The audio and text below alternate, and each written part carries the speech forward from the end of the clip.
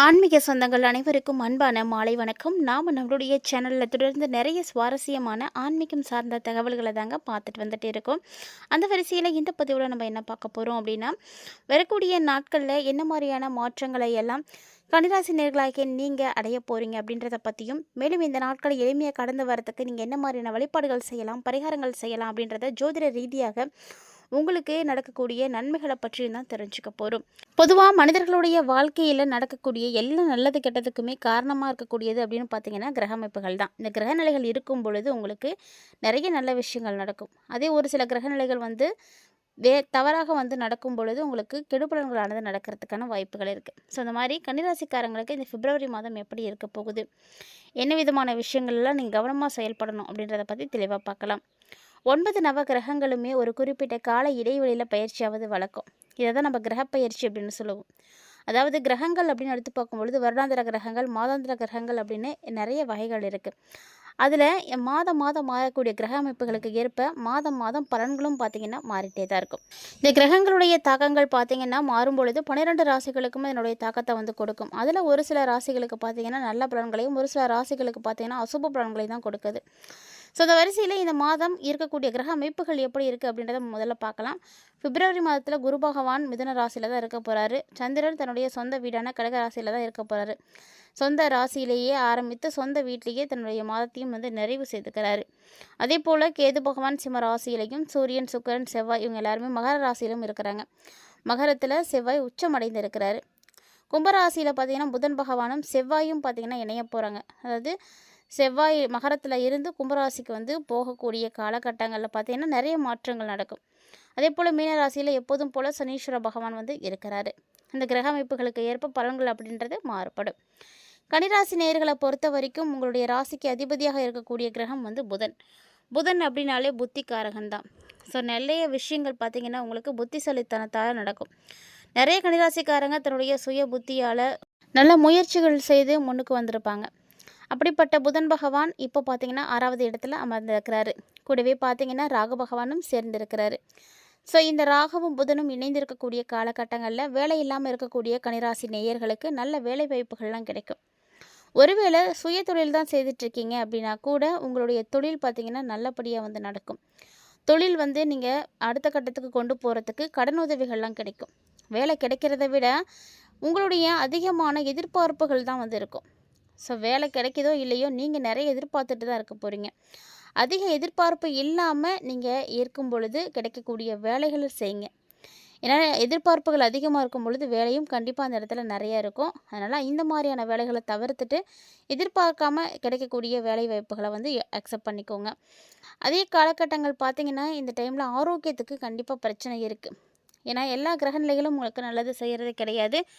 ஆரோக்கியம் அப்படின்னு பார்க்கும் பொழுது இந்த டைமில் கன்னிராசி நேயர்களே உங்களுடைய வாழ்க்கை துணைக்கு தான் ஆரோக்கியத்தில் குறைபாடுகள் ஏற்படுறதுக்கான வாய்ப்பு இருக்குது. ஸோ ஏற்கனவே குடும்பத்தில் நிறைய குழப்பங்கள், கணவன் மனைவிக்கிடையே பிரச்சனைகள் இதெல்லாம் கண்டிப்பாக இருக்கும். ஸோ இப்போ அதோடு சேர்ந்து இந்த ஆரோக்கிய குறைபாடும் உங்களுக்கு ஏற்பட போகுது. ஆரோக்கியத்தில் அக்கறை செலுத்துங்க, நல்லா சாப்பிடுங்க. சாப்பிடக்கூடிய விஷயத்தில் தான் முதல்ல கவனம் எடுக்கணும். ஏன்னா நம்ம நல்ல விஷயங்களை சாப்பிடும் பொழுது கண்டிப்பாக ஆரோக்கியத்தில் எந்த பிரச்சனைகளும் ஏற்படாது. எப்போ உணவு விஷயங்களில் மாற்றங்கள் வருதோ அப்போ தான் நமக்கு ஆரோக்கியத்துலேயும் பிரச்சனைகள் வருது. ஸோ உடம்புல வயிறு தொடர்பான பிரச்சனைகள் ஏற்படுறதுக்கு தான் வாய்ப்புகள் அதிகமாக இருக்குது. ஸோ உங்களுக்கும் சரி உங்களுடைய வாழ்க்கை துணைக்கும் சரி வயிறு சார்ந்த பிரச்சனைகளில் அதிகமாக ஏற்படாமல் இருக்கிறதுக்கு கவனம் எடுத்துக்கோங்க. மேலும் இந்த காலகட்டங்களில் இது வரைக்கும் குழந்தை இல்லாமல் இருக்கக்கூடியவங்களாக இருக்கீங்க அப்படின்னா குழந்தை பாக்கியம் கிடைக்கும். அதே போல் இந்த மாதத்தில் வரக்கூடிய ஒவ்வொரு விதமான விரத முறைகளையும் நீங்கள் கடைப்பிடிக்கணும். அதுலேயும் சஷ்டி விரதம் அப்படிங்கிறது ரொம்ப அற்புதமான மாற்றத்தை உங்களுக்கு கொடுக்கும். உங்களுடைய வாழ்க்கையில் நடக்கக்கூடிய எல்லா பிரச்சனைகளுக்கும் தீர்வு கொடுக்கக்கூடிய வகையில் இந்த சஷ்டி விரதம் இருக்க போகுது. 5வது இடத்துல சூரியன், சுக்கிரன், செவ்வாய் இவங்களாம் இருக்கிறாங்க அப்படின்றதுனால இது வரைக்கும் நீங்கள் காதல் வாழ்க்கையில் ஈடுபடாமல் இருந்திருந்தாலும் சரி, இல்லை இப்போ தான் ஈடுபட்டாலும் சரி, காதல் சார்ந்த விஷயங்களை பொறுத்த வரைக்கும் இந்த காலகட்டங்களில் உங்களுக்கு முயற்சிகள் எடுத்தீங்க அப்படின்னா கண்டிப்பாக அது உங்களுக்கு நிறைய வெற்றிகளை கொடுக்கும். புதுசாக நீங்கள் காதல் வாழ்க்கையில் இருந்தாலுமே கூட உங்களுக்கு நல்லபடியாக நடக்கும். நிறைய பேர்த்துக்கு புதுசாக இப்போ தான் காதல் மலர்றதுக்கும் வாய்ப்புகள் இருக்குது. இந்த காலகட்டங்களில் புதுசாக தொழில் தொடங்குறதுக்கான யோகமும் இருக்குது. அதுவும் பெண்கள் பார்த்திங்கன்னா நிறைய பேர் இந்த பிப்ரவரியில் கன்னிராசி உடையவங்க சுய தொழில் முனைவோர்களாக இருப்பீங்க. கண்டிப்பாக அதெல்லாம் நடக்கும். அதே போல் தொழில் அப்படிங்கிறது ரொம்ப நல்லா இருக்கும். அத தாண்டி ரொம்ப வருஷமா வந்து திருமணமாகி குழந்தை இல்லாம இருக்கு அப்படின்றவங்க, இந்த காலகட்டங்கள்ல செயற்கை முறையில நீங்க முயற்சி பண்ணலாம். செயற்கை முறையில நீங்க கருத்தரிக்கக்கூடிய வாய்ப்புகள் நெறைய இருக்கு. 10ல குரு வேற இருக்கிறாரு அப்படின்றதுனால, வேலை விஷயம் அப்படிங்கிறது கொஞ்சம் சிரமமா இருந்தாலுமே கூட வேலைலாம் கிடைக்கும். ஆனா, வேலை பார்க்கக்கூடிய இடத்துல தான் நீங்க நெறைய பிரச்சனைகள சந்திக்கிற மாரி இருக்கும். தொழில் செய்றவங்களுக்கும் அப்படிதான். தொழில்லாம் நல்லாவே நடக்கும். ஆனா, எப்போதுமே ஏதாவது ஒரு வகையில பிரச்சனைகள் அப்படின்றது உங்களுக்கு இருந்துக்கிட்டே தான் இருக்கும். இந்த சின்ன சின்ன பிரச்சனைகள் ஏற்படும் பொழுது, உங்களுக்கு மிகப்பெரிய அளவுல மனசுக்கு பாதிப்புகளானது கொடுத்துடும். 12ல கேது இருக்கிறார் அப்படின்றதுனால, நிச்சயமா உங்களுக்கு ஏதாவது ஒரு பிரைவேட் பார்ட்ல வந்து பிரச்சனைகள் ஏற்படும். அதனால பார்த்து கவனமா இருந்துக்கோங்க. மறைவு பகுதிகள்ல தான் நெறைய பிரச்சனைகள நீங்க பார்ப்பீங்க. ஸோ ஆரோக்கியம் ரொம்ப ரொம்ப முக்கியம். தொழில் அப்படின்றத தாண்டி இந்த காலகட்டங்கள்ல ஆரோக்கியம் தான் உங்களுக்கு கவனிக்கப்பட வேண்டிய இடத்துல இருக்கு. கன்னிராசி நேயர்களுக்கு எல்லாமே கிடைச்சாலுமே கூட ஆரோக்கியம் பாதிப்படைஞ்சிருச்சு அப்படின்னா, நம்ம எல்லாத்தையும் வச்சுட்டு ஒண்ணுமே பண்ண முடியாது. ஸோ உங்களுடைய ஆரோக்கியத்த நீங்க தான் வந்து சரி பண்ணணும். உங்களுடைய ஆரோக்கியத்த நல்லபடியா பராமரிச்சுக்கோங்க. இப்போல நல்ல உணவுகள சாப்பிடுங்க. எப்போலாம் நேரம் கிடைக்குதோ அதுக்கு அந்த டைமுக்கு ஏத்த மாரி ஓய்வு எடுத்துக்கோங்க. நம்ம எந்த அளவுக்கு உழைக்கிறோமோ, எந்த அளவுக்கு வேலை செய்றோமோ, அந்த அளவுக்கு நம்ம ஓய்வும் எடுக்கணும். அப்பதான் நம்மளுடைய உடல் பார்த்தீங்கன்னா ரொம்ப நல்லாயிருக்கும். ஓய்வே கொடுக்காம நீங்க உழைச்சிட்டே இருந்தீங்க அப்படின்னா, அந்த உடல் பார்த்தீங்கன்னா சீக்கிரமா வந்து சோர்வடைய ஆரம்பிச்சிடும். உடலுக்கு தேவையான சக்திகள் வந்து கிடைக்காம போகும். அதுக்கு தேவையான ஆற்றல் இல்லாம போகும். ஸோ இந்த ஆற்றல், சக்தி எல்லாம் கிடைக்கணும் அப்படின்னா, நம்மளுடைய உடம்ப நம்மளும் நல்லபடியா பராமரிக்கணும். ஏன்னா ஒவ்வொருத்தருக்குமே வந்து சொல்லக்கூடிய விஷயம் என்னென்னா, உங்கள நீங்க தான் வந்து சரியா பராமரிச்சுக்கணும். மத்தவங்க பார்த்துக்கிறத விட, நீங்க தான் உங்களுடைய உடல்நிலையில அக்கறை வந்து காட்டணும். கல்வி பயிலக்கூடிய மாணவ, மாணவிகளுக்கு இந்த காலகட்டங்கள் எப்படி இருக்கும் அப்படின்னா, நல்ல முன்னேற்றம் நிறைந்ததா தான் இருக்கும். பயப்படுற அளவுக்குலாம் ஒண்ணும் கிடையாது. நல்லாவே வந்து படிப்பீங்க. ஏன்னா, அது இல்லாம உங்களுக்கு ஒரு ராசி அதிபதியே புதன் தான்.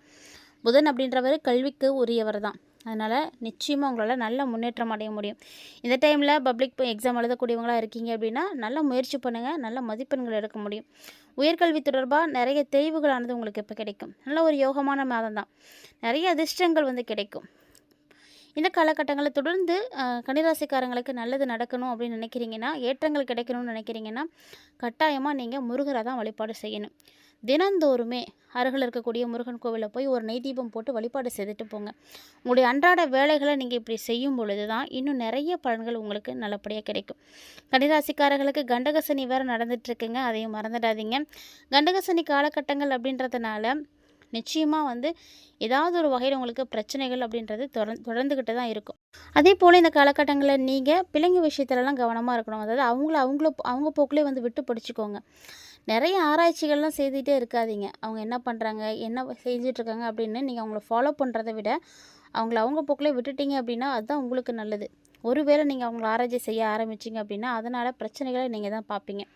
பிப்ரவரி 15ஆம் தேதிக்கு அப்புறமாவே உங்களுக்கு நல்ல மாற்றங்கள்லாம் தெரிய ஆரம்பிச்சிருக்கும். மேலும் கன்னிராசி நேயர்களுக்கு பார்த்தீங்கன்னா, வேற்றுமொழி பேசக்கூடிய மனிதர்களால் நிறைய ஆதாயம் கிடைக்கும். நிறைய பொறுப்புகள் கிடைக்கும். பெரிய பெரிய பொறுப்புகளாக கிடைக்கும். பயணங்கள் வந்து உங்களுக்கு இருக்குது. பயணங்கள் அப்படின்றது தொலைதூர பயணங்களாக தான் இருக்கும். நீங்கள் போகக்கூடிய தொலைதூர பயணங்கள் ஒரு அற்புதத்தை வந்து ஏற்படுத்தி கொடுக்கும். கூட இருக்கக்கூடியவங்கள விஷயத்தில் கண்டிப்பாக நீங்கள் கவனம் எடுத்துக்கணும். அதுதான் உங்களுக்கு நல்லது. அதே மாதிரி யாரையும் நம்பி தயவு செஞ்சு முக்கியமான பொறுப்புகளையும் ஒப்படைச்சிடாதீங்க. அப்படி ஒப்படைச்சிங்கன்னா நீங்கள் தான் வந்து சிக்கலில் மாட்டிப்பீங்க. பொருளாதாரம் அப்படின்னு பார்க்கும் பொழுது கண்டிப்பாக நல்லா இருக்குது. எந்த பயமும் இல்லை. எடுத்த காரியங்கள் எல்லாத்துலேயுமே வெற்றிகள் உங்களுக்கு இருக்குது. அதே நேரம் வண்டி வாகனங்களில் போகிறீங்க அப்படின்னா கவனமாக இருக்கணும். ரூல்ஸ் அண்ட் ரெகுலேஷன்ஸ்லாம் கரெக்டாக ஃபாலோ பண்ணிக்கோங்க. இல்லைனா நீங்கள் கவர்மெண்ட்டுக்கு வந்து எதுவும் பே பண்ணுற மாதிரி இருந்துடும். ஸோ எந்த விதிமுறைகளையுமே வந்து நீங்கள் சரியாக வந்து பின்பற்றிக்கோங்க. தொழில், வியாபாரம் எல்லாமே வந்து நல்லா இருக்கும். அதாவது எந்த விஷயம் நீங்கள் செய்கிறதா இருந்தாலுமே அதை முறைப்படி திட்டமிட்டு நீங்கள் செய்யும் பொழுது தான் அதில் நிறைய நன்மைகளை நீங்கள் பார்ப்பீங்க. நிறைய வெற்றிகள் வந்து கிடைக்கும். அதனால் ஒவ்வொரு விஷயத்தையுமே பார்த்து பார்த்து செய்யுங்க. குடும்பத்தில் மகிழ்ச்சி கிடைக்கும். அதே நேரம் ஆரோக்கியத்தில் முன்னாடி சொன்ன மாதிரியே தான் நிறைய பிரச்சனைகள் இருக்குது. அக்கறை செலுத்த வேண்டிய நேரம் தான். உத்தியோகத்தில் இருக்கக்கூடியவங்களாக இருக்கீங்க அப்படின்னா உங்களுக்கு நல்லது நடக்கும். அதே போல் இந்த காலகட்டங்களில் தொழில், உத்தியோகம், வியாபாரம், படிப்பு, அரசு, அரசியல் அப்படின்னு சம்மந்தப்பட்ட கிட்டத்தட்ட ஒவ்வொரு துறைகள்லையுமே வந்து நல்ல ஒரு ஏற்றங்கள் தான் நீங்கள் வந்து பார்க்க போகிறீங்க. யோக பலத்தை தான் அதிகமாக வந்து இப்போ பெற போகிறீங்க. ஆனால் ரத்தத்தில் பரவக்கூடிய தொற்று நோய்கள், அலர்ஜி, சளி இதெல்லாம் கூட உங்களுக்கு ஏற்படுறதுக்கான வாய்ப்புகள் இருக்குங்க. அதெல்லாம் பார்த்து கவனமாக இருந்துக்கோங்க. செல்வாக்கு அப்படின்னு பார்க்கும் பொழுது உங்களுக்கு இந்த காலகட்டங்கள்லாம் நிறைய கிடைக்கும். சொல்லப்போனால் இன்னும் அதிகரிக்கத்தான் ஆரம்பிக்குமே தவிர எந்த வகையிலும் உங்களுக்கு அதனால் பாதிப்புகள் வந்து இருக்கவே இருக்காது. இந்த மாதிரி சின்ன சின்ன விஷயங்களில் நீங்கள் முறையான கவனத்தை செலுத்துங்க. அதுவே வந்து உங்களுடைய வாழ்க்கைக்கு மிகப்பெரிய மாற்றங்களை கொடுக்கும். கன்னிராசினிகளை பொறுத்த வரைக்கும் திட்டமிட்டு நீங்கள் செய்யக்கூடிய விஷயங்கள் தான் உங்களுக்கு கை கொடுக்கும். அதை மறந்துடாதீங்க. அதாவது கடந்த காலத்தில் எந்த பிரச்சனைகள் எல்லாம் நீங்கள் பார்த்தீங்களோ எல்லாத்தையுமே இப்போ வந்து தீர்த்துக்கலாம். அதுக்கான வாய்ப்புகளும் சந்தர்ப்பங்களும் உங்களுக்கு வந்து கிடைக்கும். ஆனால் நிதிநிலை அப்படின்னு எடுத்து பார்க்கும் பொழுது கொஞ்சம் வலுவாக இருக்கும். உறவு அப்படின்றது மனதளவில் வேதனை தரக்கூடிய விஷயங்களில் இருந்து புத்திசாலித்தனமாக நீங்கள் விலகிக்குங்க. அதுதான் வந்து நல்லது. ஏன்னா ஏதாவது ஒரு விஷயத்தில் போய் லாக் ஆகிட்டா அதுலேருந்து வெளியே வர்றது ரொம்ப கஷ்டமாக போயிடும். புத்திசாலித்தனத்தோடு செயல்பட்டீங்க அப்படின்னா அடுத்தடுத்து நிகழக்கூடிய எல்லா விஷயங்களுமே உங்களுக்கு நல்லபடியாக இருக்கும்.